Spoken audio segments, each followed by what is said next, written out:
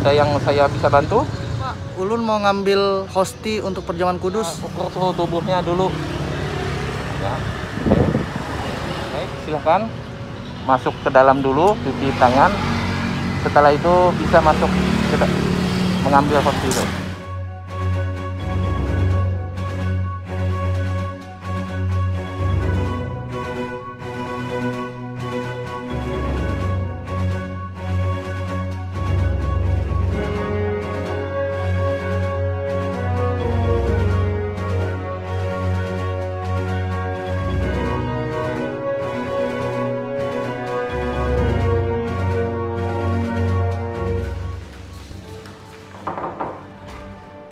Permisi, saya mau ngambil hosti untuk perjamuan.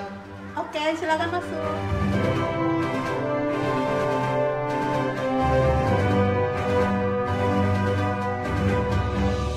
Ngambil berapa orang?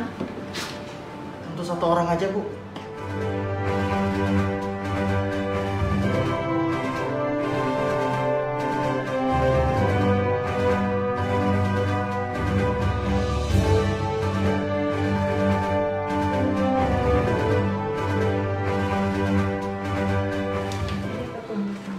Terima kasih, Bu. Bu, saya pulang dulu ya. Ya.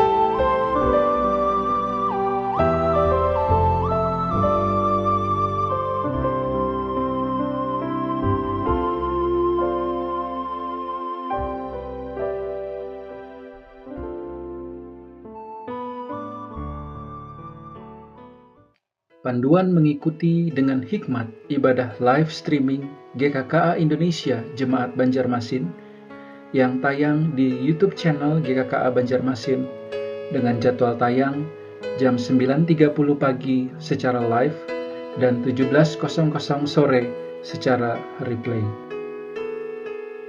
Apakah mengikuti kebaktian minggu dengan cara live streaming sebagai tanggapan terhadap COVID-19 dapat dianggap sebagai sebuah ibadah? Robert Weber mengemukakan 4 hal yang utama di dalam tahapan ibadah. Yang pertama, masuk ke hadirat Allah, lalu mendengar Tuhan berfirman, meresponi firman Tuhan dengan ucapan syukur, dan kita diutus untuk mengasihi dan melayani. Jika kita ingin kebaktian minggu dengan cara live streaming menjadi sebuah tindakan beribadah, maka kita harus dengan sengaja berusaha masuk ke hadirat Tuhan, memberikan perhatian penuh ketika Tuhan berbicara, menanggapi firman-Nya dengan ucapan syukur, dan akhirnya berkomitmen untuk mengasihi dan melayani dunia. Namun realitasnya, banyak orang yang mengikuti kebaktian minggu dengan cara live streaming tidak dengan sengaja mengambil langkah pertama untuk masuk ke hadirat Allah. Contoh, saat minggu pagi ketika baru saja terbangun dari tidur, masih dengan menggunakan baju tidur, kemudian menyalakan komputer atau gadget, lalu menonton kebaktian minggu sambil mempersiapkan sarapan, dan setelahnya sambil menyantap sarapan tersebut. Jika yang terjadi demikian, maka ibadah kemudian tidak lagi bersifat transenden atau kudus. Ibadah minggu akhirnya hanya menjadi sekedar makanan tambahan untuk sarapan di hari Minggu. Lalu bagaimana kita melakukan ibadah live streaming? Jika bersama dengan keluarga, maka pada hari Minggu itu bangunlah lebih awal untuk sarapan bersama. Bersekutulah di meja makan dan nikmatilah itu sebagai hari di mana bisa bersantai menikmati makan pagi bersama dengan keluarga. Sebelum berkumpul untuk mendengarkan atau mengikuti ibadah live streaming, bersihkanlah dirimu seperti yang biasa kita lakukan jika hendak ke gereja. Mungkin kita tidak perlu menggunakan pakaian terbaik seperti yang kita lakukan di hari Minggu biasa, tetapi kita perlu mengganti baju tidur kita. Ketika mendengarkan khotbah, semua orang duduk dengan tenang di ruang yang telah ditentukan bersama. Anak-anak tidak boleh berbaring atau bermain dengan mainan mereka sebagai wujud nyata menghormati kehadiran Tuhan di dalam ibadah. Ketika beribadah, hendaknya ikutilah arahan pemimpin ibadah, seperti waktu berdiri dan duduk. Sebisa mungkin berpartisipasilah dengan aktif. Setelah ibadah selesai, ada waktu yang singkat untuk berdiskusi bersama dengan menggunakan pertanyaan, apa yang telah dipelajari dari ibadah hari ini? Setelahnya, luangkanlah waktu untuk berdoa bersama. Ketika kita melakukan setiap tahapan ini dengan sengaja di rumah kita, maka kita sudah mengikuti 4 tahapan ibadah minggu. Lalu bagaimana jika hanya seorang diri? Maka kita pun harus melakukan persiapan untuk mengikuti ibadah.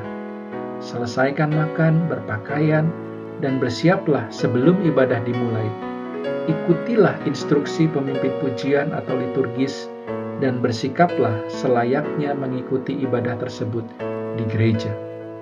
Mempersiapkan secara fisik dan mental seolah-olah kita pergi ke gereja. Memastikan bahwa hati, pikiran, dan tubuh kita berada dalam keadaan yang benar untuk menyembah Allah. Selamat mengikuti ibadah live streaming GKKA Indonesia Jemaat Banjarmasin.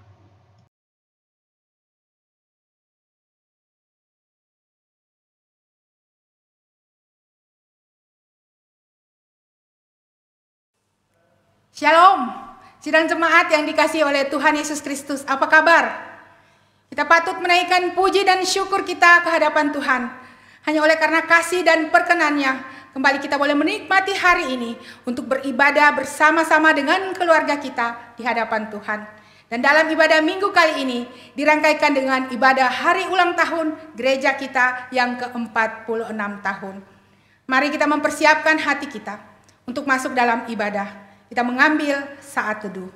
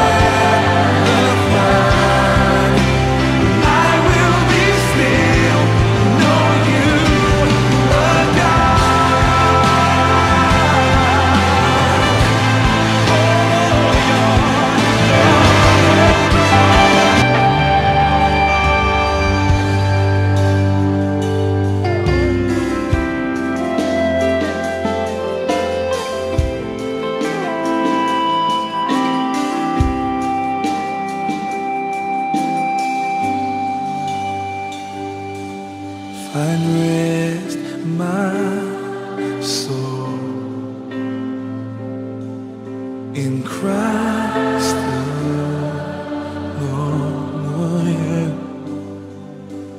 Know His power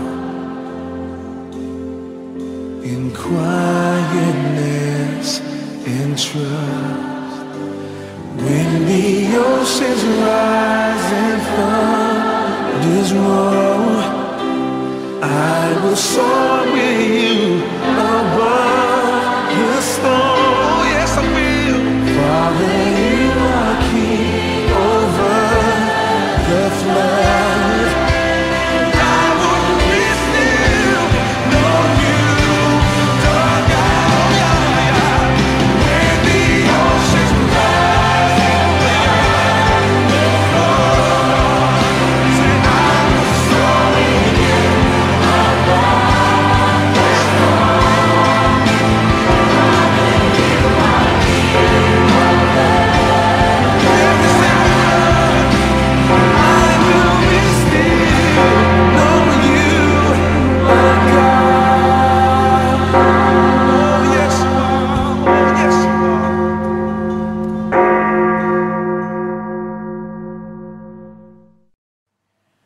Tibalah saatnya bagi kita untuk memulai ibadah kita pada hari ini, sekaligus juga bertepatan dengan ibadah syukur 46 tahun sudah Tuhan memelihara gerejanya GKKA Banjarmasin. Oleh karena itu saya mengundang jemaat sekalian yang berada di rumah untuk mari kita bersama-sama bangkit berdiri dan dengarkanlah panggilan ibadah yang terambil dari Mazmur pasal 69 ayat 30 dan 34. Aku akan memuji-muji nama Allah dengan nyanyian, mengagungkan Dia dengan nyanyian syukur. Biarlah langit dan bumi memuji-muji Dia, lautan dan segala yang bergerak di dalamnya. Ibadah kita pada hari ini dan juga ibadah syukur kita atas penyertaan Tuhan 46 tahun bagi gerejanya. Kita mulai dengan satu pengakuan bahwa pertolongan kita adalah dalam nama Tuhan yang menjadikan langit dan bumi. Ibadah kita pada saat ini ditabiskan dalam nama Allah Bapa, Putra dan Roh Kudus.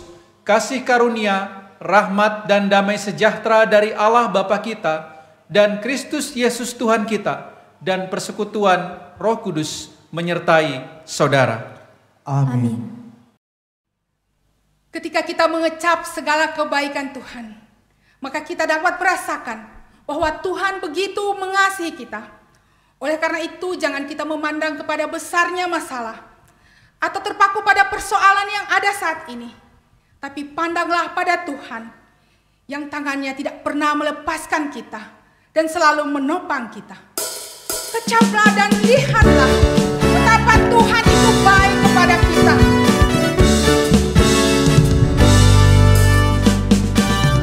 Kecaplah dan lihatlah betapa baiknya Tuhan itu.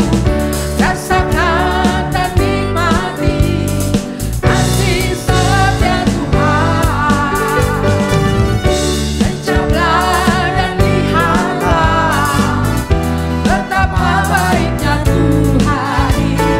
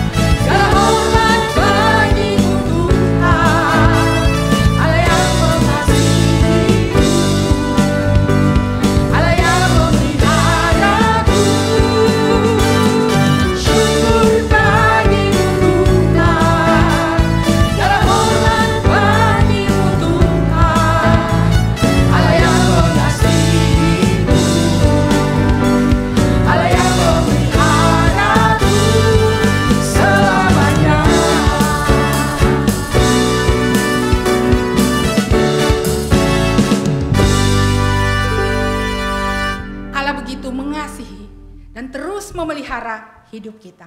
Jemaat Tuhan disilakan untuk duduk kembali. Kini tibalah saatnya bagi kita untuk datang menghadap Tuhan, mengakui dengan jujur segala dosa dan pelanggaran kita, segala kelemahan kita, segala dosa-dosa kita yang bahkan tersembunyi di hadapan orang lain. Tetapi Tuhan mengetahui, karena Dia Maha Tahu, Dia mengenal siapa kita, Dia mengenal kelemahan kita, Dia mengenal kekurangan kita. Oleh karena itu, mari kita menundukkan hati kita, menundukkan diri kita di hadapan Allah yang Maha mengetahui dan yang mengasihi kita. Akui dengan jujur segala dosa dan pelanggaran kita. Mari kita berdoa.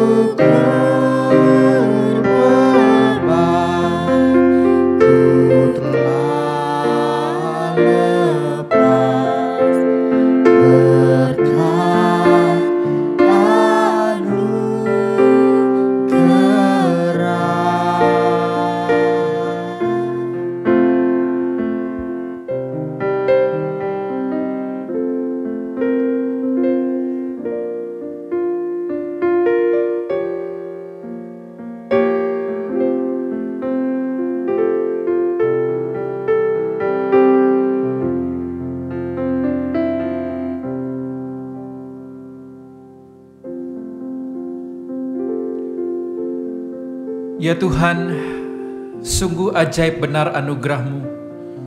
Sesungguhnya siapakah kami ini yang layak untuk diampuni? Bahkan tidak ada satupun yang Kau minta daripada kami untuk pengampunan dosa-dosa kami, selain daripada kami dengan jujur mengakuinya di hadapan Tuhan dan menyerahkan dengan sungguh-sungguh pengampunan dosa kepada karya Kristus di kayu salib. Sesungguhnya tidak ada yang dapat kami lakukan terhadap dosa kami, oleh karena Kristus sudah menebusnya dengan pengorbanan yang mahal.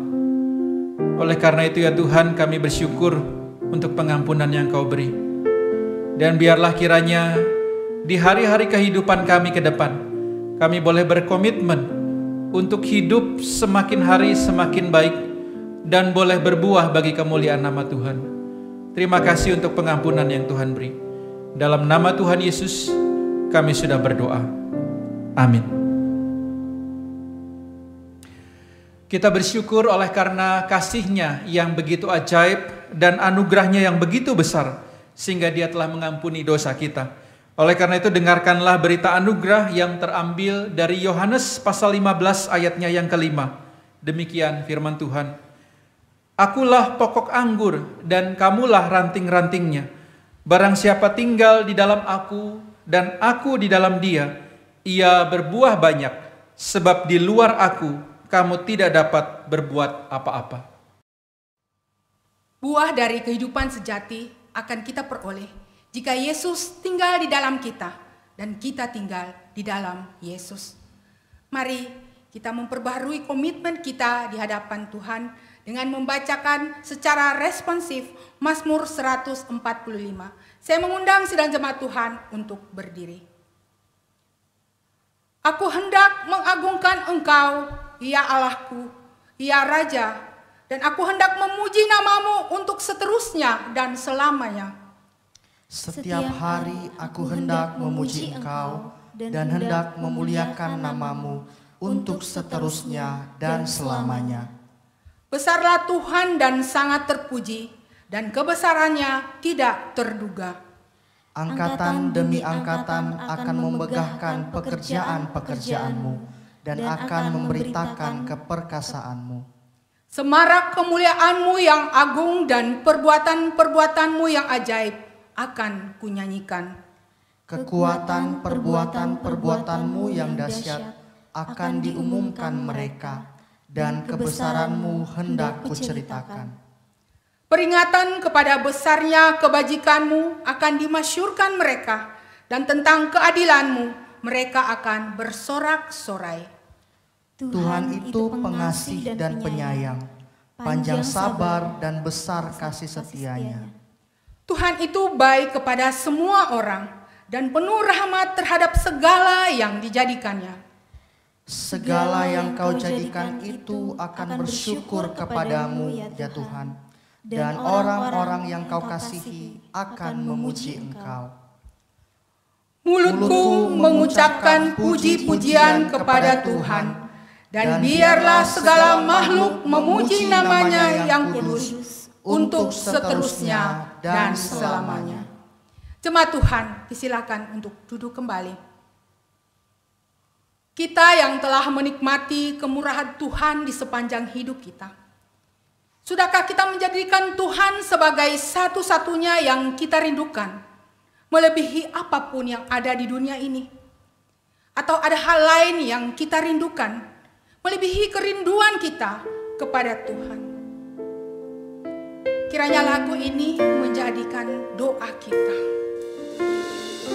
Seperti rusa yang merindukan sungai, demikianlah jiwa kita merindukan Tuhan.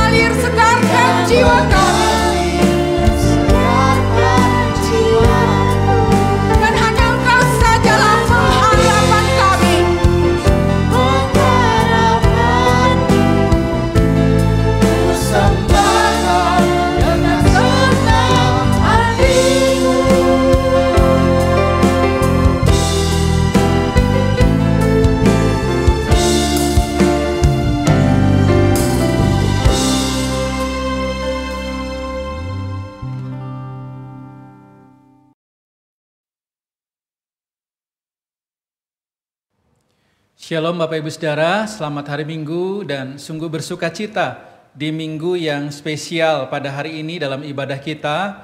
Sekaligus juga kita mau menaikkan syukur bersama-sama atas pemeliharaan Tuhan bagi gerejanya. 46 tahun sudah Tuhan pelihara GKKA Banjarmasin, sehingga kita selayaknya lah kita naikkan syukur kepada Tuhan. Dan sampai hari ini, bahkan sekalipun dalam masa pandemi, gereja kita masih tetap dapat melakukan ibadah, sekalipun itu masih di dalam ibadah online. Oleh karena itu kita tetap bersyukur, dan marilah kita bersama-sama menaikkan doa kita, juga untuk mempersiapkan hati kita mendengarkan firman Tuhan. Mari kita berdoa. Bapa di dalam surga, kami bersyukur, berterima kasih karena Tuhan sudah pelihara gereja kami sampai 46 tahun. Sudah kami bisa beribadah bersama di gedung gereja ini, dan sebagai jemaat Tuhan kami sudah 46 tahun juga boleh bersekutu, boleh beribadah di tengah-tengah kota Banjarmasin. Terima kasih, dan hari ini di tengah-tengah ucapan syukur kami, Tuhan mau berbicara kepada kami melalui firman Tuhan. Mohon Engkau berkati dan pakai hamba-Mu sehingga bisa menyampaikan apa yang Tuhan rindukan di dalam sukacita kami atas pemeliharaan Tuhan 46 tahun hari ini. Terima kasih, ini doa kami dalam nama Tuhan Yesus kami sudah berdoa. Amin. Bapak Ibu Saudara, di tengah ucapan syukur kita 46 tahun GKKA Banjarmasin, kita mengambil satu tema, yaitu gereja dan misi Allah, Bapak Ibu.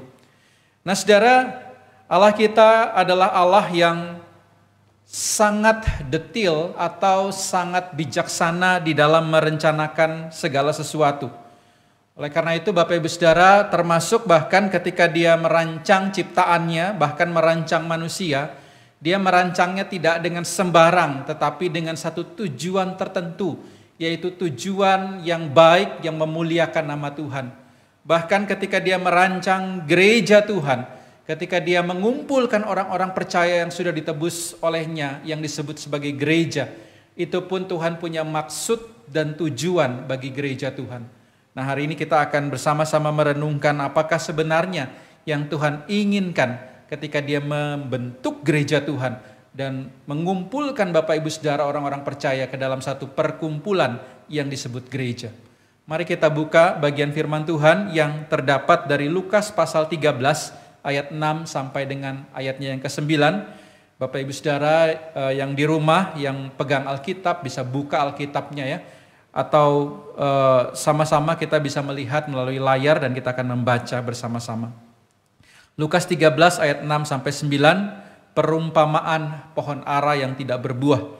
Ayat 6, lalu Yesus mengatakan perumpamaan ini. Seorang mempunyai pohon ara yang tumbuh di kebun anggurnya, dan ia datang untuk mencari buah pada pohon itu, tetapi ia tidak menemukannya. Lalu ia berkata kepada pengurus kebun anggur itu, sudah 3 tahun aku datang mencari buah pada pohon ara ini, dan aku tidak menemukannya. Tebanglah pohon ini, untuk apa ia hidup di tanah ini dengan percuma? Jawab orang itu, Tuan, biarkanlah dia tumbuh tahun ini lagi. Aku akan mencangkul tanah sekelilingnya dan memberi pupuk kepadanya. Mungkin tahun depan ia berbuah. Jika tidak, tebanglah dia. Nah Bapak Ibu Saudara, kalau kita mendengar kata percuma Bapak Ibu Saudara, saya mengingat satu kisah kesaksian yang pernah diceritakan oleh satu keluarga kepada saya.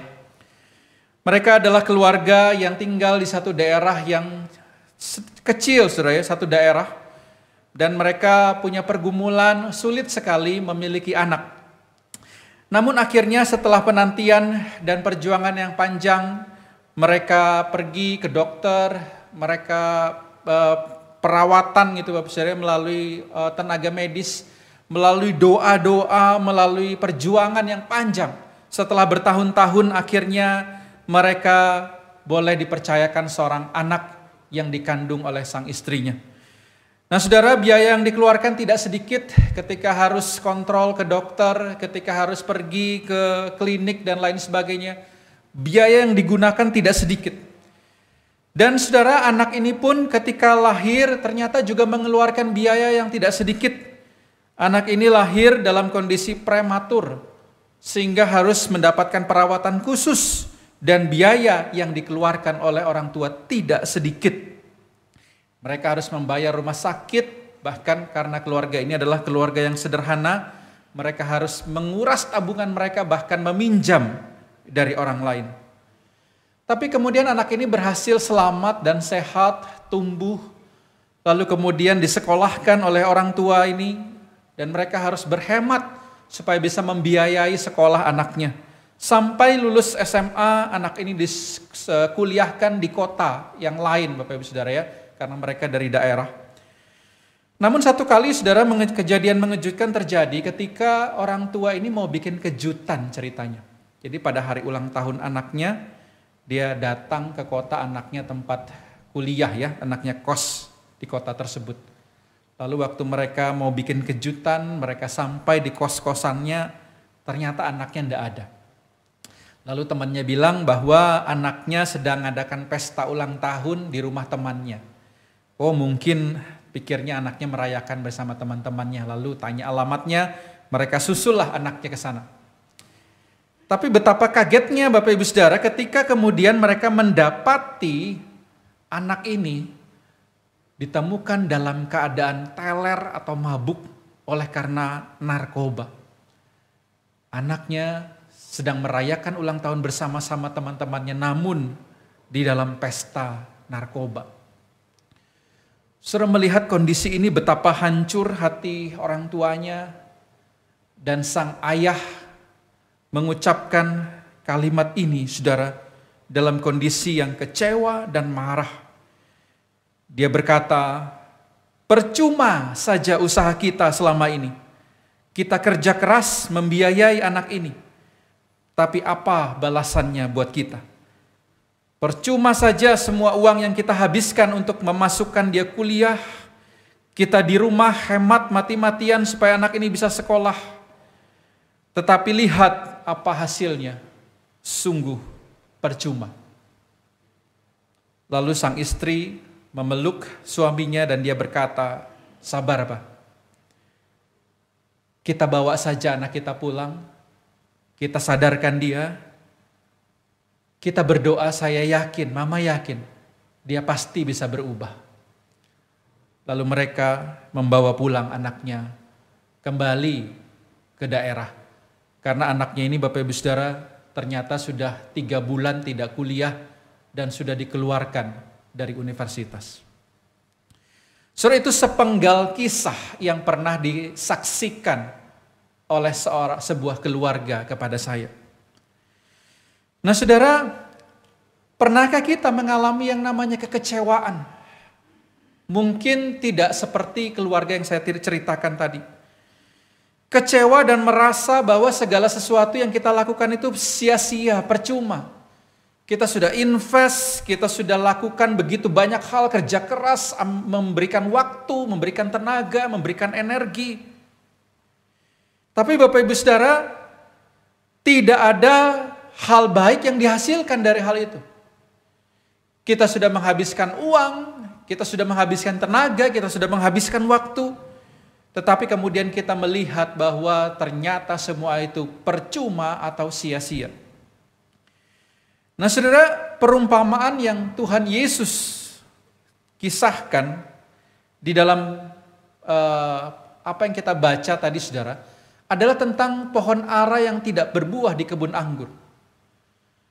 Nah saudara, menarik tentang perumpamaan ini saudara, pohon ara ini ternyata berbuah di kebun anggur, bukan di kebun ara. Saudara. Karena memang saudara, pohon ara ini punya keunikan khusus, dia lebih mudah tumbuh. Sedangkan pohon anggur ini perlu perawatan yang lebih khusus. Nah, saudara, ini ada gambar satu kebun anggur, kalau saudara lihat ya, betul-betul ditata dengan rapi jaraknya, supaya saudara pohon ini dapat tumbuh dengan baik. Dia perlu dirawat dengan khusus supaya dia dapat berbuah dengan baik. Lalu saudara, ketika dia mendapat perawatan yang khusus, saudara, bahkan ketika saya baca-baca sumber tentang bagaimana merawat pohon anggur ini, saudara, dia harus setiap hari disiram, lalu kemudian harus diberikan pupuk dalam ukuran tertentu, tidak boleh kebanyakan, tidak boleh kurang. Sehingga saudara, barulah pohon anggur ini menghasilkan buah yang begitu baik. Kalau tidak, saudara, pohon anggur ini tidak berbuah atau buah yang dihasilkannya kualitasnya buruk. Sehingga tanah yang digunakan untuk tumbuhnya pohon anggur ini betul-betul harus tanah yang subur dan penuh nutrisi. Dan menariknya saudara, di sana dikatakan bahwa tumbuhlah pohon ara. Tidak dijelaskan dalam perumpamaan ini apakah pohon ara ini tidak sengaja tumbuh atau sengaja ditanam oleh sang pemilik kebun. Tapi saudara, pohon ara ini ada di sana dan dibiarkan oleh sang pemilik kebun anggur.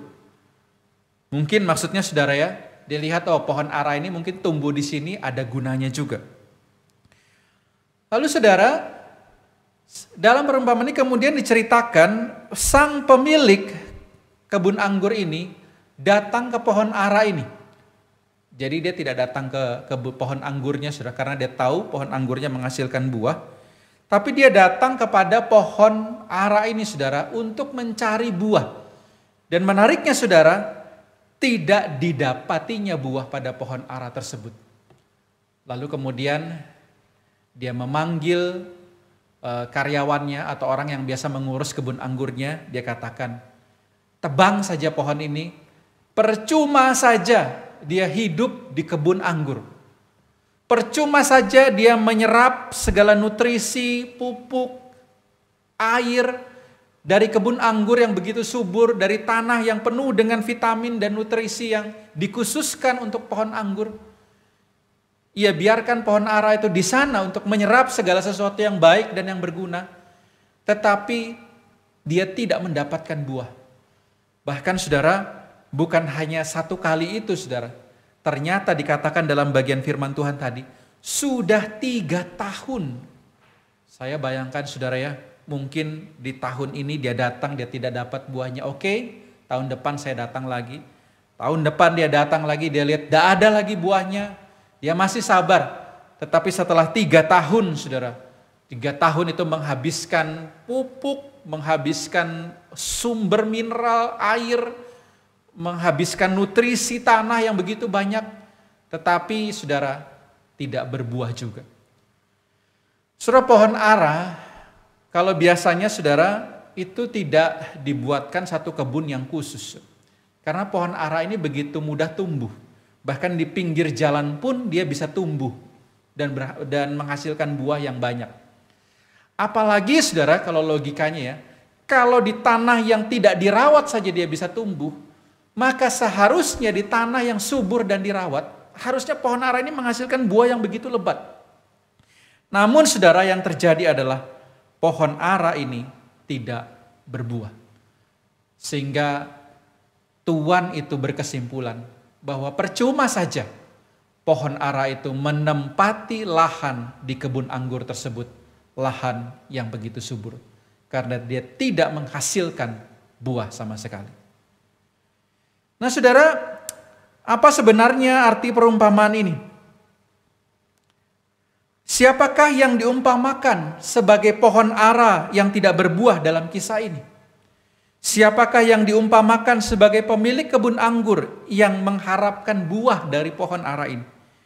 Siapakah yang diumpamakan sebagai sang pengurus kebun anggur yang memohon kepada sang pemilik memberi kesempatan lagi kepada pohon ara ini untuk berbuah? Dan apakah saudara artinya berbuah sebagai sesuatu yang diharapkan oleh sang pemilik kebun anggur ini di dalam perumpamaan ini? Nah saudara, kalau kita mau menjawab pertanyaan-pertanyaan ini saudara, kita perlu lihat alasan kenapa kok Tuhan Yesus tiba-tiba cerita tentang perumpamaan ini. Tentunya saudara ada konteksnya, ada latar belakangnya kenapa Tuhan Yesus ceritakan kisah ini. Saudara, ayat 1-5 menjadi latar belakang dari perumpamaan ini saudara. Di sana dikatakan, pada waktu itu datanglah kepada Yesus beberapa orang membawa kabar tentang orang-orang Galilea yang darahnya dicampurkan Pilatus dengan darah korban yang mereka persembahkan. Yesus menjawab mereka, "Sangkamu orang-orang Galilea ini lebih besar dosanya daripada dosa semua orang Galilea yang lain, karena mereka mengalami nasib itu? Tidak, kataku kepadamu, tapi jika kamu tidak bertobat, kamu semua akan binasa atas cara demikian. Atau sangkamu ke-18 orang yang mati ditimpa menara dekat Siloam lebih besar kesalahannya daripada kesalahan semua orang lain yang diam di Yerusalem? Tidak, kataku kepadamu, tetapi jikalau kamu tidak bertobat, kamu semua akan binasa atas cara demikian." Nah, setelah ini saudara, lalu Tuhan Yesus menceritakan perumpamaan tadi. Nah saudara, apa yang dikatakan sebenarnya dalam kisah ini saudara, yaitu tentang datangnya orang-orang kepada Yesus. Mereka adalah orang-orang Galilea yang rupanya selamat dari pembantaian. Di Galilea waktu itu terjadi pembantaian yang mengerikan. Pilatus, saudara, seorang pemimpin daerah itu yang begitu kejam. Ketika ada orang-orang datang memberikan persembahan ke bait Allah, maka tidak disebutkan saudara ya, kenapa Pilatus ini begitu murka. Tapi yang pasti Pilatus saudara dikatakan membunuh orang-orang tersebut. Dan membunuh dengan cara yang tragis. Saudara. Saya coba cari gambarnya, kira-kira ketemu kayak mirip seperti itu saudara ya. Jadi mereka bawa korban, dan korban itu biasa disembelih saudara, dan darahnya mengalir. Tetapi saudara, di situ jugalah mereka juga disembelih bersama dengan korbannya. Sehingga darah korban yang mau mereka persembahkan di bait Allah itu tercampur dengan darah mereka. Saudara, ini sebenarnya adalah penghinaan kepada bait Allah. Tetapi di satu sisi mereka juga melihat ini kematian yang begitu mengerikan, begitu tragis. Sehingga saudara, orang-orang ini datang dan mengabarkan kepada Tuhan Yesus ada satu kejadian yang begitu keji dan tragis. Lalu mereka bertanya apa pendapat Tuhan Yesus tentang hal ini. Lalu menariknya Yesus menjawab saudara, "Sangkamu mereka lebih besar dosanya daripada semua orang Galilea?" Termasuk mereka yang datang melapor saudara. Nah dari kalimat ini saudara, kita bisa menarik kesimpulan bahwa orang yang datang pada Yesus itu punya pemikiran bahwa orang Galilea yang mati oleh karena Pilatus itu, mati oleh karena dosa mereka itu lebih besar daripada dosa orang Galilea lain, atau dosa mereka yang melapor, sehingga mereka mati secara mengerikan. Ini kalau kondisi sekarang saudara mungkin mirip stigma yang diberikan kepada orang yang kena COVID ya. Banyak orang berpikir kalau orang meninggal karena COVID, kematian yang tragis dan mengerikan itu karena dosanya itu banyak dan tidak terampuni lagi. Nah, saudara mungkin seperti ini saudara ya gambarannya. Stigma saudara. Tapi di sana Tuhan Yesus dengan tegas mengatakan, membantah pikiran mereka, dia katakan tidak. Bukan karena dosa mereka lebih besar dari orang Galilea lainnya, termasuk dosa mereka yang melapor kepada Tuhan Yesus, sehingga mereka tertimpa kejadian tersebut. Tuhan Yesus menjelaskan, tidak menjelaskan kenapa hal itu terjadi pada orang-orang tersebut, tapi ia berkata bahwa kematian yang tragis dan mengerikan itu akan terjadi juga pada mereka yang tidak mau bertobat. Lalu dia bandingkan satu kejadian lain lagi, yaitu runtuhnya menara yang menimpa 18 orang. Satu kematian yang juga tragis, yang tidak disangka-sangkakan saudara. Lalu dia katakan, apakah kamu pikir orang di Yerusalem itu yang tertimpa menara, dosanya juga lebih besar dari kamu? Dia katakan sama saudara, tidak. Tetapi jika kamu tidak bertobat, kamu pun akan mengalami kematian yang begitu tragis dan mengerikan. Saudara, tentu yang dimaksud Tuhan Yesus bukan gini saudara ya. Kalau kita tidak bertobat, tidak percaya Yesus, terus kita akan mati ketimpa menara, atau mati misalnya dibunuh ya, disembelih seperti yang dilakukan Pilatus. Tidak saudara ya. Karena kalau kita lihat dalam sejarah, Tuhan Yesus pun mati dalam kematian yang tragis secara fisik. Tuhan Yesus mati disalib. Nah saudara, tentu yang Tuhan Yesus maksudkan dalam bagian ini bukanlah kematian tragis dalam arti fisiknya. Tetapi Tuhan Yesus mau bicara, ada satu kematian yang begitu tragis, bahkan lebih tragis dari apa yang mereka ceritakan, yaitu kematian ketika mereka tidak bertobat, mereka akan mengalami satu kematian, yaitu dalam penghukuman kekal selama-lamanya. Inilah yang Tuhan maksudkan, bahwa ada kematian yang lebih tragis daripada itu, dan setiap orang pasti akan mengalaminya kalau mereka tidak bertobat. Lalu kemudian saudara, Tuhan Yesus mengatakan sebuah perumpamaan. Mengapa saudara orang-orang ini mengalami kematian yang tragis? Ternyata saudara, ini dikaitkan dengan guna atau buah yang dihasilkan dari orang-orang tersebut. Karena jika seseorang itu tidak berbuah, tidak menghasilkan sesuatu buah pertobatan saudara, maka saudara, orang-orang tersebut akan mengalami kematian yang tragis dan mengerikan. Lalu masuklah saudara ke dalam perumpamaan ini. Dan mari bersama kita lihat makna dari perumpamaan ini. Saudara, yang pertama, makna yang saya renungkan saudara, yang pertama adalah cuma-cuma tapi tidak untuk percuma. Saudara, makna perumpamaan ini adalah bicara tentang anugerah yang Tuhan berikan kepada manusia itu cuma-cuma saudara. Itu gratis, bukan karena manusia itu hebat, bukan karena manusia itu punya sesuatu yang mempesona Allah saudara ya. Sesungguhnya manusia ini di dalam dosanya saudara itu malah menjengkelkan Tuhan. Allah itu saudara sebenarnya melihat manusia yang berdosa itu ingin segera menghukumnya. Tapi saudara, dia berikan kita segala yang baik bukan? Dia berikan kita bumi yang indah. Dia berikan kita bisa menikmati udara. Dia memberikan kita bahkan anugerah keselamatan kepada kita dengan cuma-cuma. Dia berikan itu semuanya saudara, secara cuma-cuma oleh karena cinta dan kasihnya kepada manusia. Tetapi saudara, apa yang Allah berikan secara cuma-cuma bukan untuk dibuat menjadi percuma. Saudara, ini digambarkan dari ketidaklayakan sang pohon ara ini saudara, ketika dibiarkan tumbuh dan menikmati segala sumber hayati dari kebun anggur.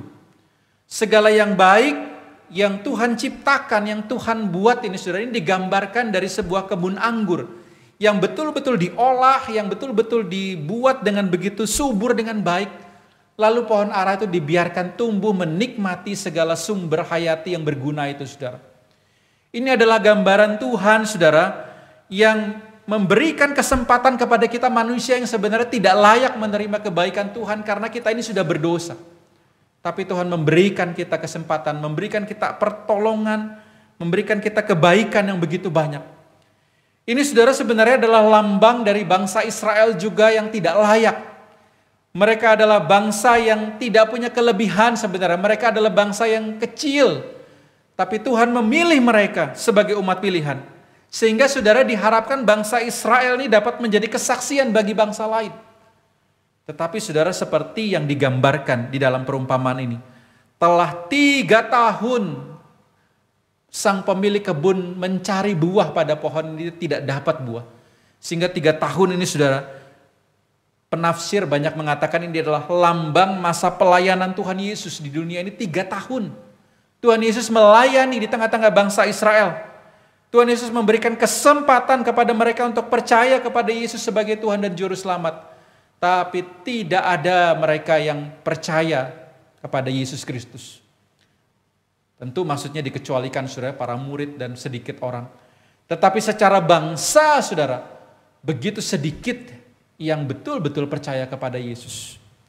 Sehingga saudara, ini ibarat pohon itu saudara ya, tidak menghasilkan buah pertobatan. Sekalipun Tuhan Yesus sudah datang sendiri dan melayani mereka. Saudara, kata percuma yang diucapkan oleh sang pemilik kebun ini berasal dari bahasa Yunani katarge. Ini berarti use up, saudara ya. Atau sebuah tindakan yang memanfaatkan atau menggunakan sumber daya yang bernilai, saudara ya, tapi tidak memberikan manfaat atau dalam arti merugikan.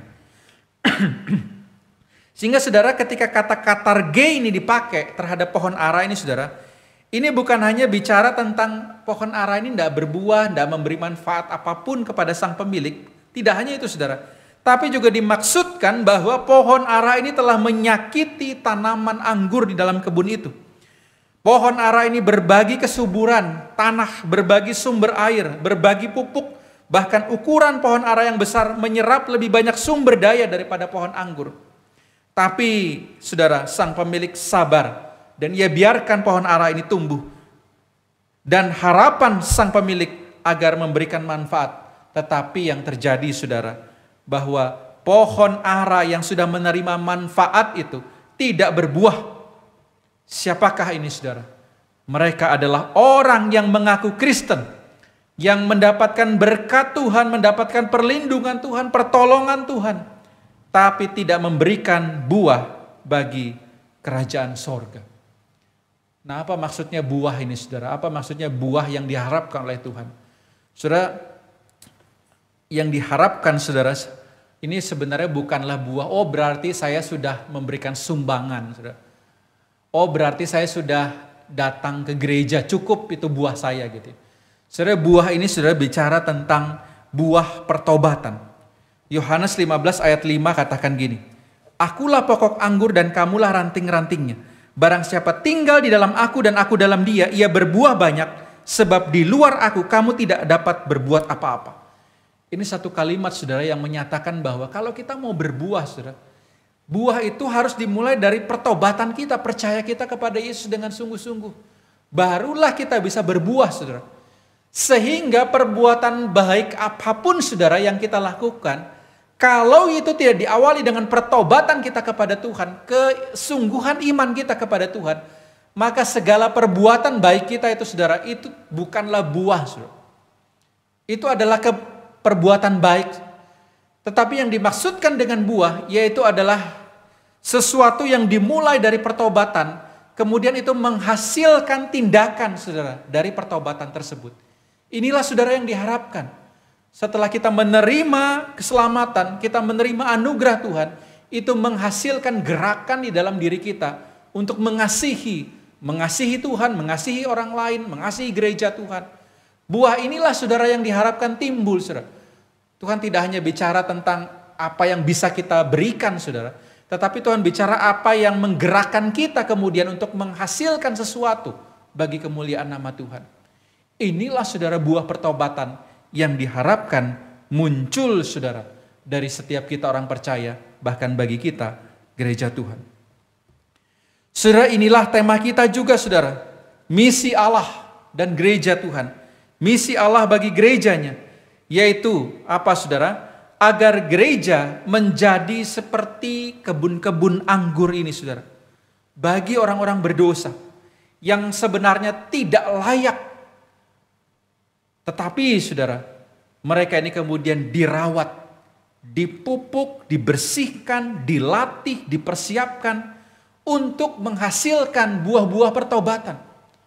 Sehingga saudara, ketika gereja ada itu saudara, gereja ada sebenarnya untuk memperlengkapi orang-orang, membentuk orang-orang, sehingga mereka ini dapat menjadi orang-orang yang menghasilkan buah-buah dari pertobatan mereka. Menyembah dan bersaksi baginya dalam dunia, gereja kita membahasakan buah ini saudara ke dalam kalimat ini. Ketika orang tersebut kemudian menyembah Allah dengan kesungguhan dan menjadi saksinya di dalam dunia, itulah saudara buah dari pertobatan. Dan untuk visi ini saudara, ia mempercayakan kepada gereja kita berbagai fasilitas. Ia mempercayakan kepada gereja Banjarmasin ini hamba-hamba Tuhan. Ia mempercayakan kepada gereja Banjarmasin ini segala sesuatu yang diperlukan untuk membentuk saudara, memperlengkapi kita. Hari ini saudara, di tengah masa pandemi, gereja kembali diingatkan akan fungsinya. Setelah begitu banyak gereja hanya menjadi seperti gedung pertunjukan, pamer fasilitas, pamer keindahan. Sehingga saudara, gedung gereja seringkali tidak beda dengan gedung bioskop. Orang datang terpesona dengan apa yang disajikan, tetapi mereka pulang dan tidak menghasilkan buah pertobatan. Mereka seperti nonton film, saudara. Tetapi saudara, di tengah masa pandemi ini gereja kembali diingatkan. Mereka yang punya gedung begitu megah, saudara, tidak bisa dipakai. Mereka yang punya fasilitas begitu canggih tidak bisa dipakai, saudara. Kenapa? Karena pandemi, mereka semua jemaat ibadah di rumah. Nah, saudara, ini sebenarnya kembali mengingatkan fungsi gereja. Gereja bukanlah tempat pertunjukan, saudara, tetapi tempat melatih dan membentuk orang-orang untuk menghasilkan buah-buah pertobatan. Inilah visi yang Allah percayakan, yang Tuhan harapkan menjadi buah daripada GKKA Banjarmasin.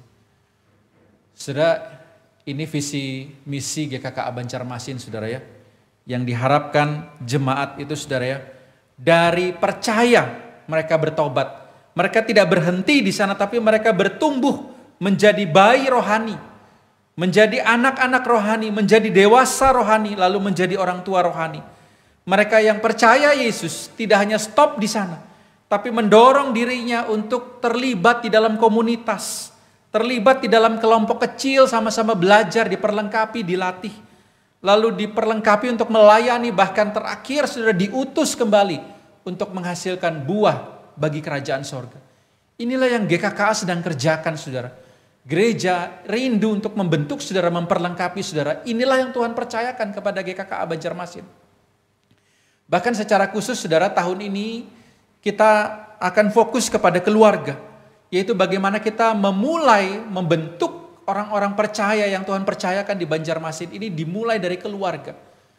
Membangun keluarga kerajaan Allah yang kokoh, sehingga dari sana, saudara, akan timbul buah-buah dalam keluarga yang bermanfaat bagi gereja, bermanfaat bagi kota Banjarmasin, dan bahkan bermanfaat bagi dunia ini, saudara.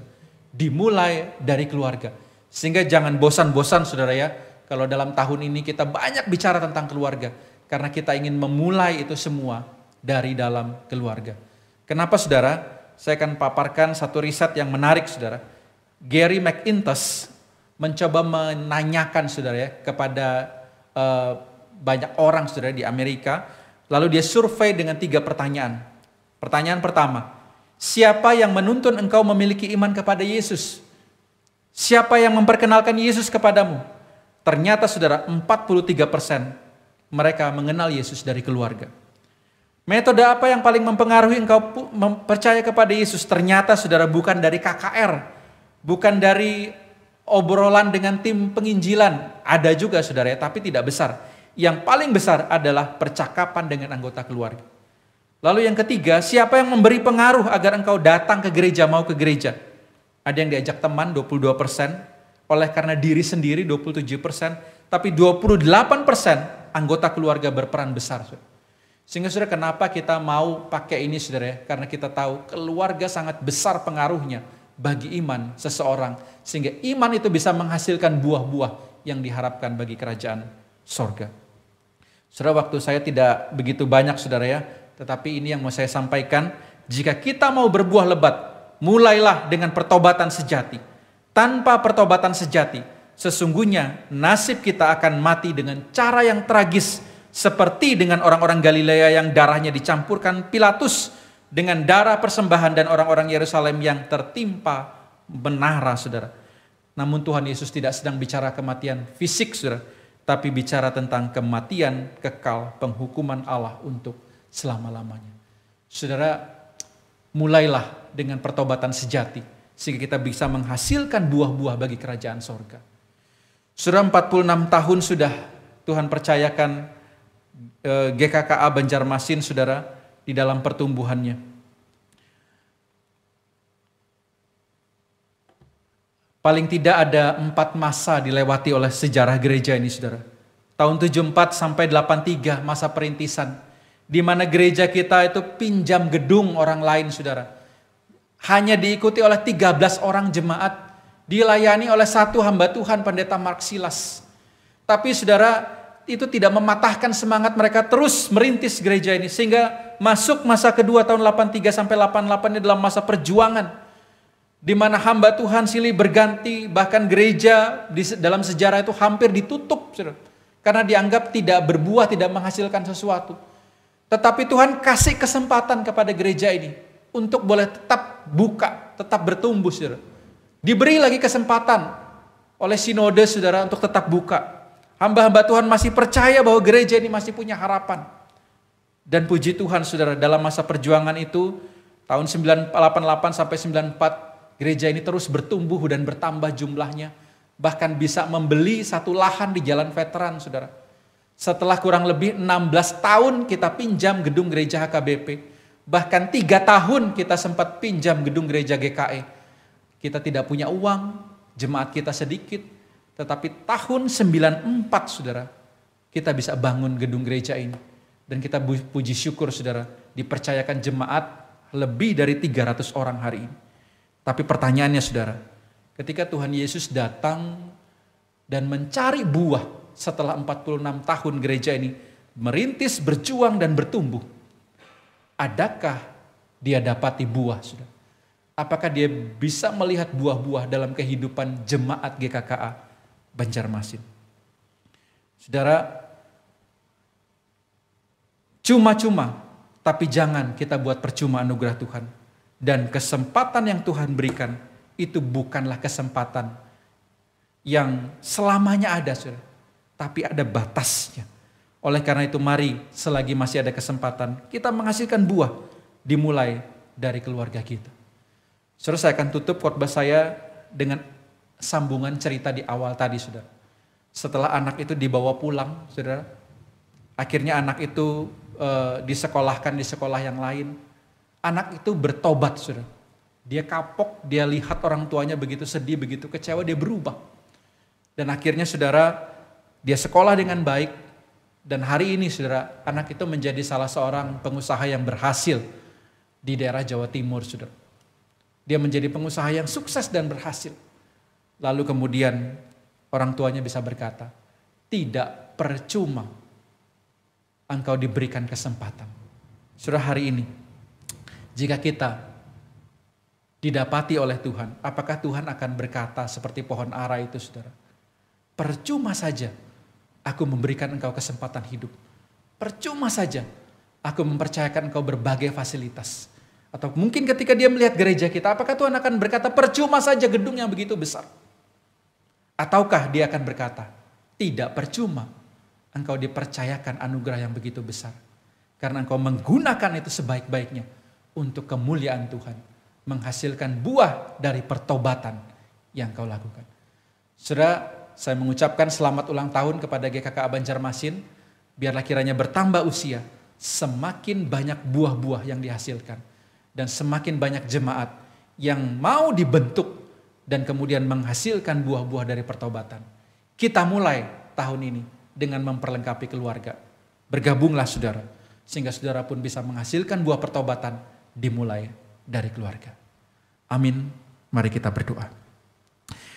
Puji syukur ya Tuhan, karena Tuhan sudah mempercayakan kami berbagai fasilitas yang kami bisa nikmati, baik gereja Tuhan maupun kehidupan kami. Bahkan dalam kami yang kondisi ekonomi biasa-biasa saja pun, Tuhan tetap percayakan kami satu kehidupan yang bisa kami jalani. Bukan seberapa banyak yang Tuhan percayakan, tapi seberapa banyak kami bertanggung jawab untuk menghasilkan buah dari apa yang Tuhan percayakan. Tolong kami Tuhan, supaya kami bisa menghasilkan buah-buah dari pertobatan kami, dimulai dari keluarga. Berkati gereja Tuhan, sehingga di dalam tahun-tahun yang Tuhan percayakan, kami boleh terus bertumbuh dan menghasilkan buah bagi hormat dan kemuliaan bagi nama Tuhan. Ini doa kami, dalam nama Tuhan Yesus kami sudah berdoa. Amin.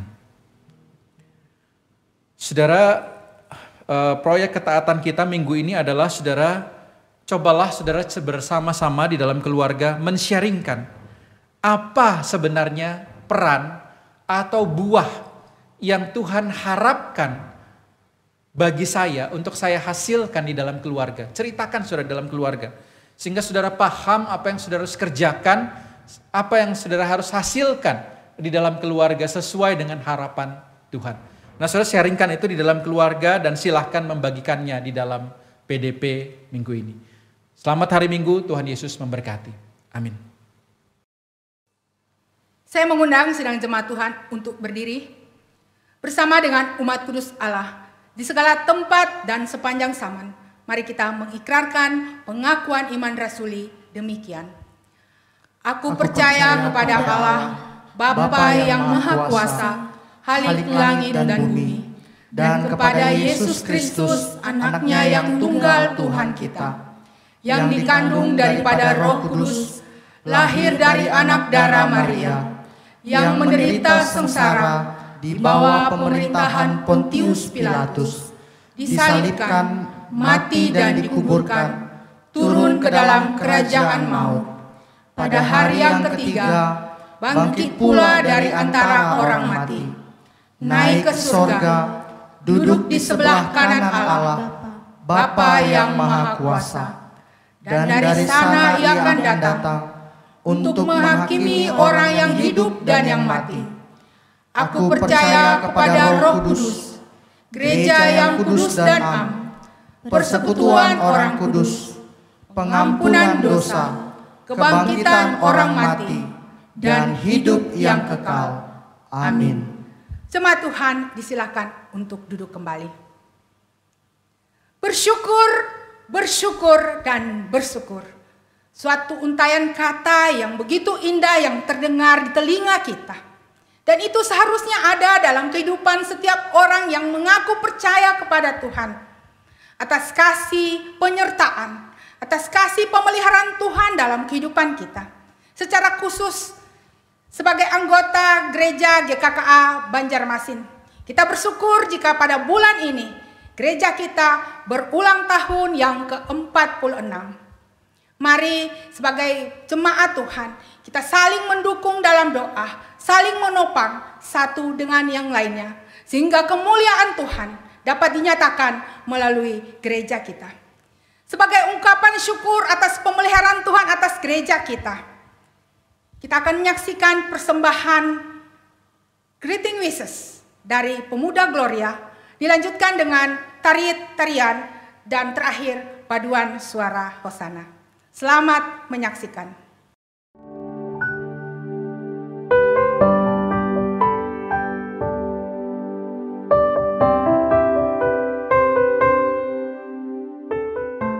Selamat ulang tahun untuk GKKA Indonesia Jemaat Banjarmasin tim yang ke-46.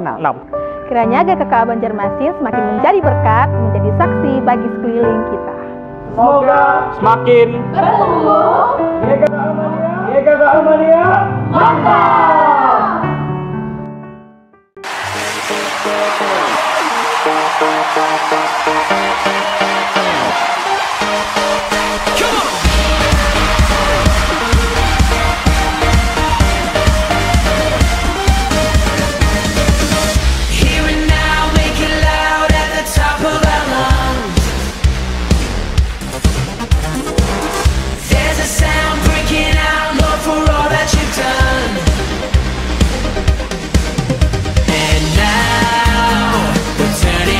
Turning our hearts to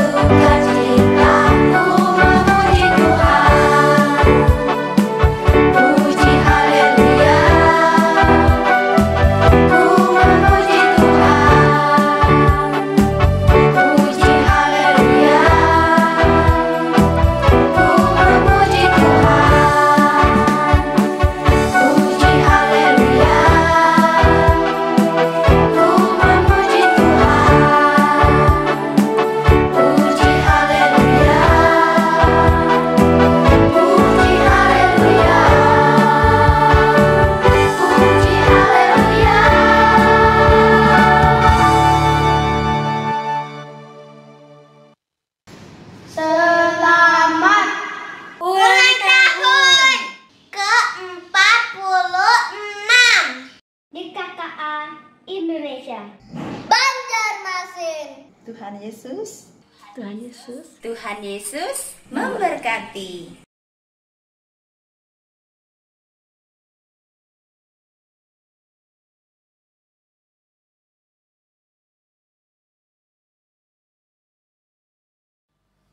Kita adalah keluarga besar GKKA Banjarmasin, keluarga besar kerajaan Allah yang pada saat ini merasakan sukacita atas hari ulang tahun gereja kita yang ke-46.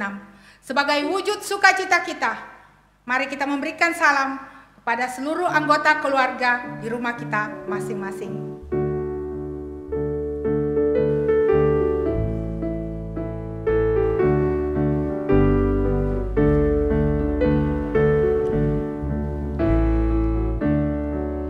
Kini tiba saatnya kita akan memberikan persembahan syukur kita kepada Tuhan. Mari kita memberikan persembahan yang terbaik kepada Tuhan. Sebab Tuhan telah memberikan yang terbaik dari keseluruhan hidupnya bagi kita. Tapi sebelum kita memberikan persembahan, mari kita mendengarkan satu nats firman Tuhan yang terdapat dari 1 Tawarik 29 ayat 14 yang berkata demikian. Sebab siapakah aku ini dan siapakah bangsaku, sehingga kami mampu memberikan persembahan sukarela seperti ini? Sebab daripadamulah segala-galanya, dan dari tanganmu sendirilah persembahan yang kami berikan kepadamu. Sidang jemaat Tuhan, persembahan kita dapat ditransfer melalui Bank BCA maupun Danamon, atau dapat menggunakan scan barcode dengan QR menggunakan aplikasi online.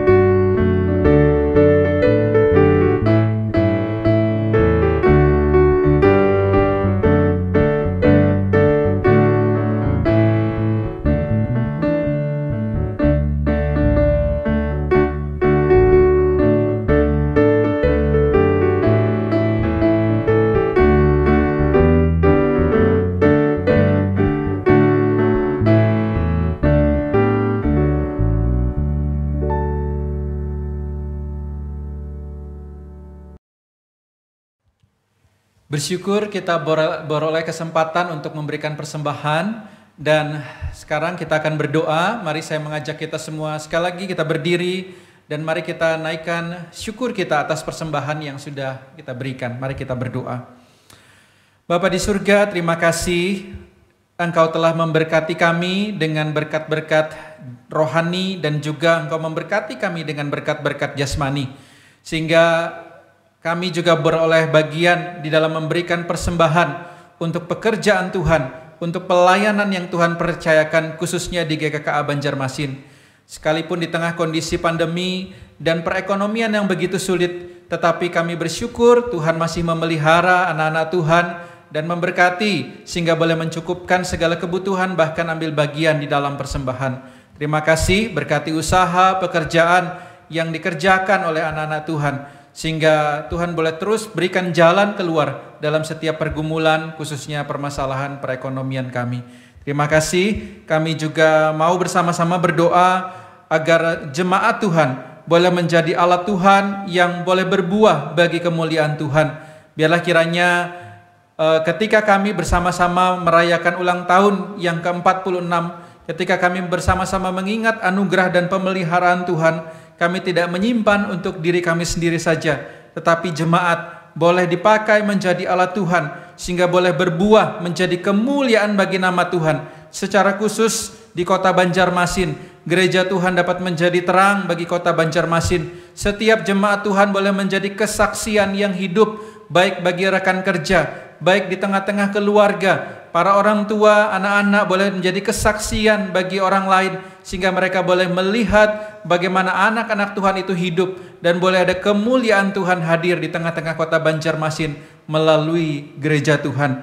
Kami berdoa juga, biarlah kiranya gereja boleh memberi dampak, khususnya di tengah-tengah kota Banjarmasin. Sudah 46 tahun Tuhan percayakan, dan Tuhan menantikan terus hasil berbuah lebat daripada GKKA Banjarmasin. Oleh karena itu ya Tuhan, biarkanlah Engkau terus berkati gereja ini, sehingga boleh terus memberikan dampak, khususnya di tengah-tengah kota Banjarmasin. Boleh menjadi terang, boleh menjadi garam yang mempengaruhi setiap sendi-sendi kehidupan, khususnya di kota ini. Terima kasih, kami doakan juga untuk pemerintah dan kondisi perekonomian.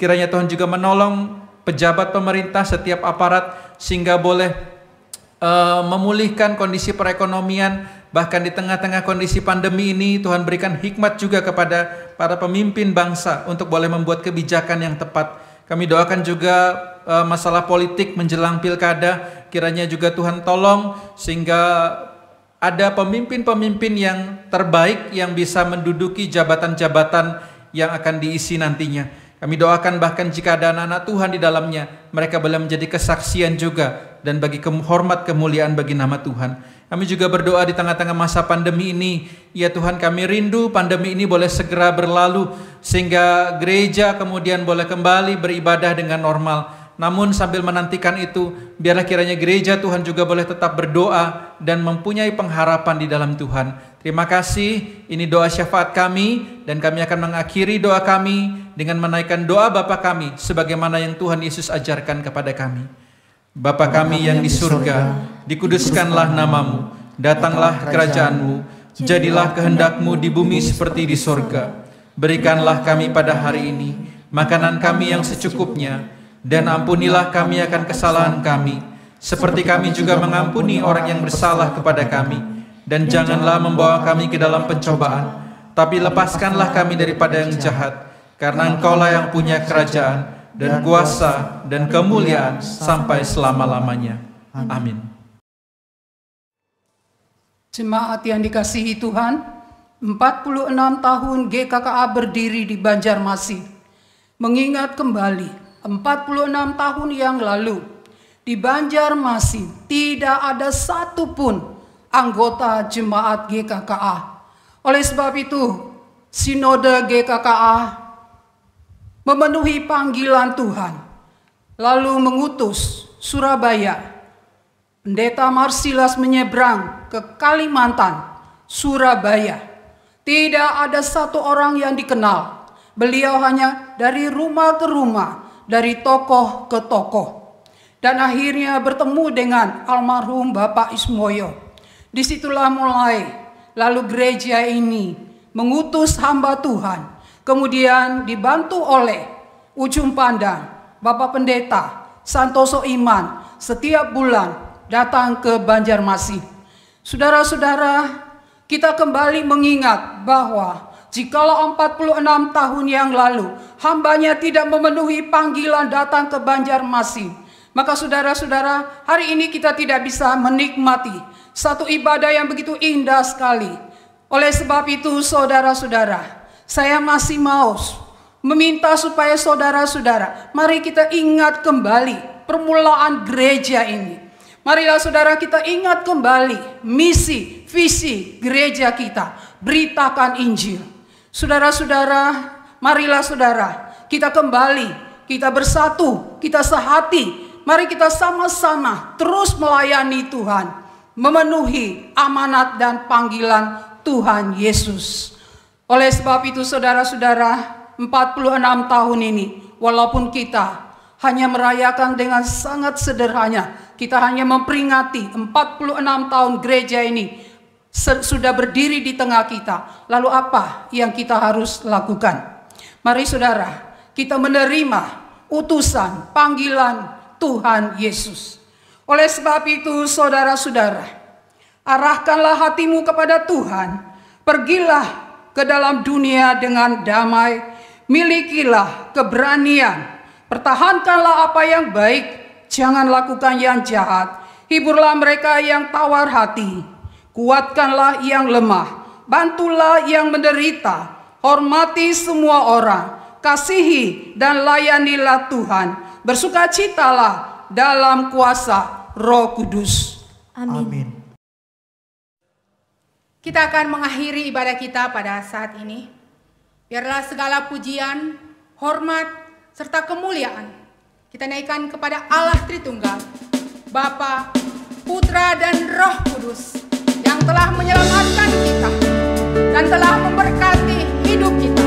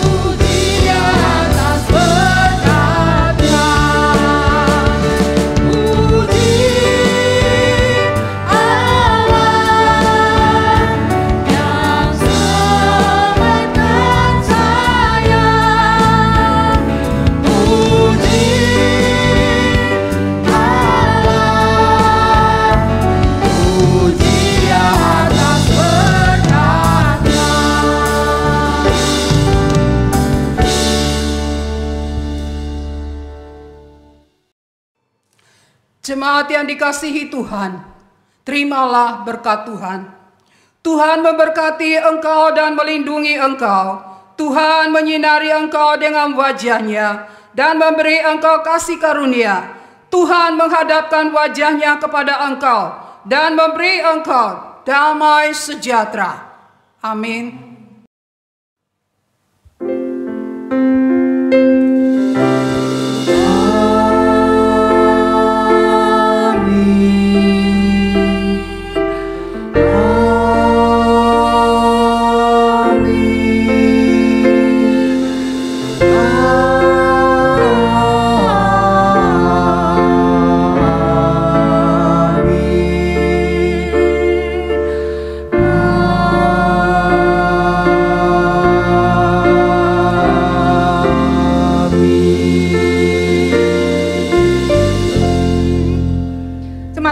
Silakan duduk, mari kita bersaat teduh. Setelah ini kita akan menyaksikan warta gereja di layar monitor kita. Selamat hari Minggu, Tuhan Yesus memberkati kita semua.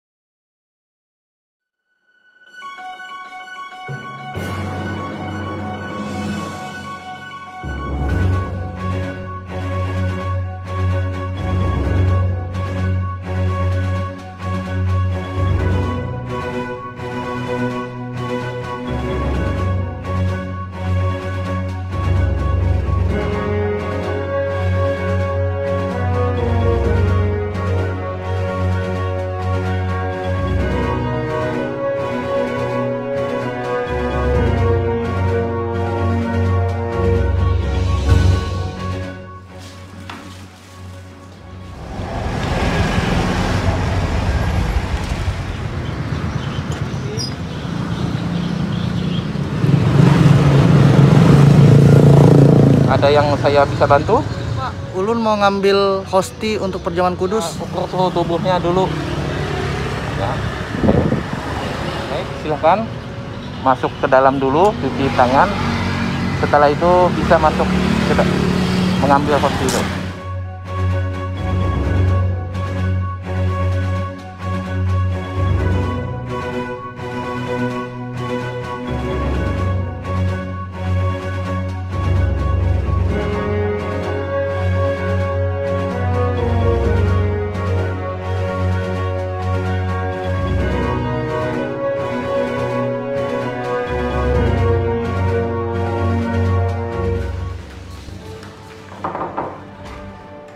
Permisi, saya mau ngambil hosti untuk perjamuan. Oke, silakan masuk.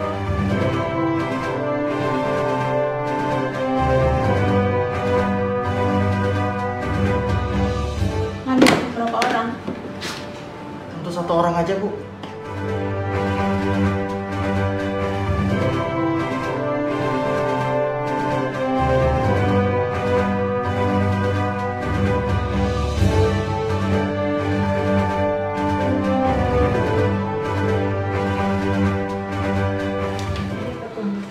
Terima kasih, Bu.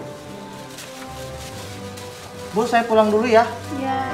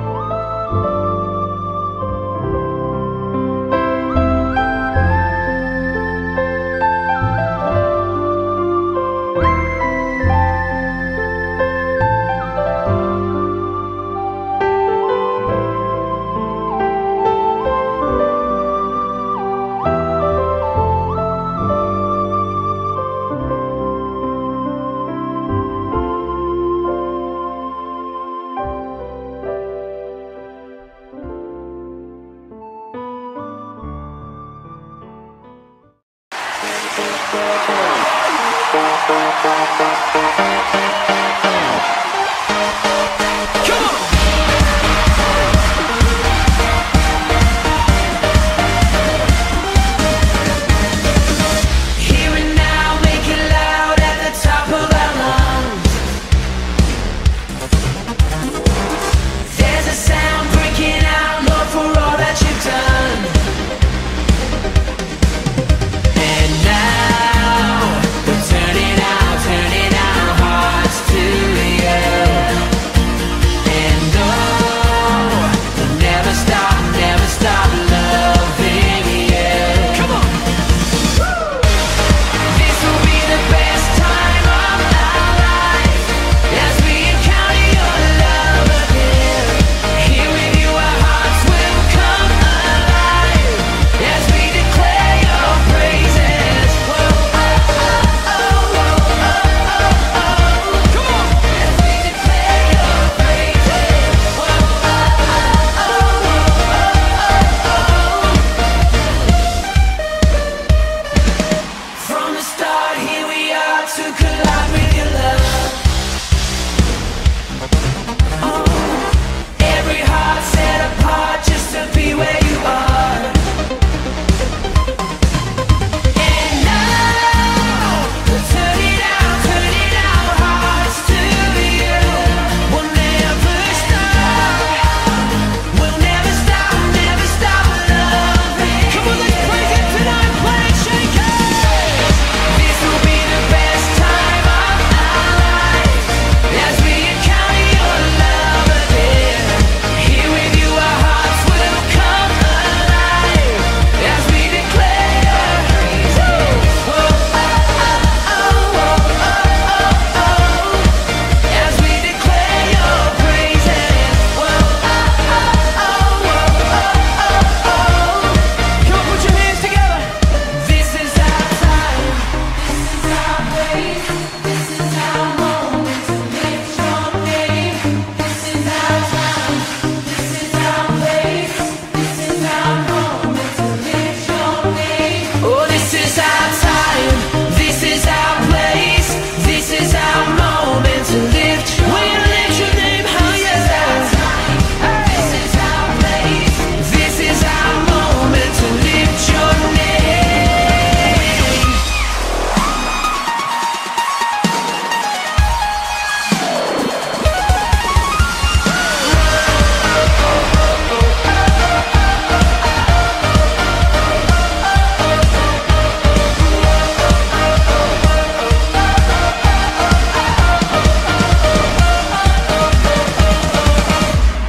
This will be the best time of our lives as we encounter your love again. Here with you, our hearts will come alive as we sing it. We declare your praises. Whoa, oh, oh, oh, oh, oh. As we declare your praises. Whoa, oh, oh, oh, oh, oh. Come on, make some noise for Jesus.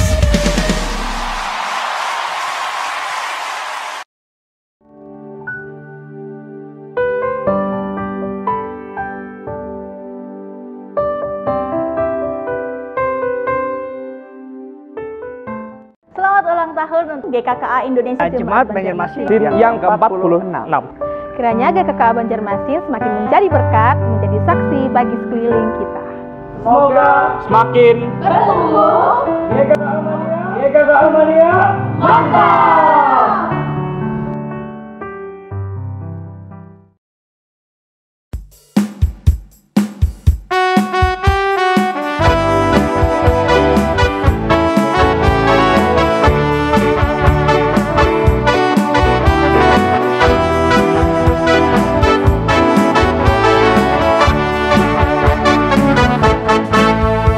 Mari kita bergembira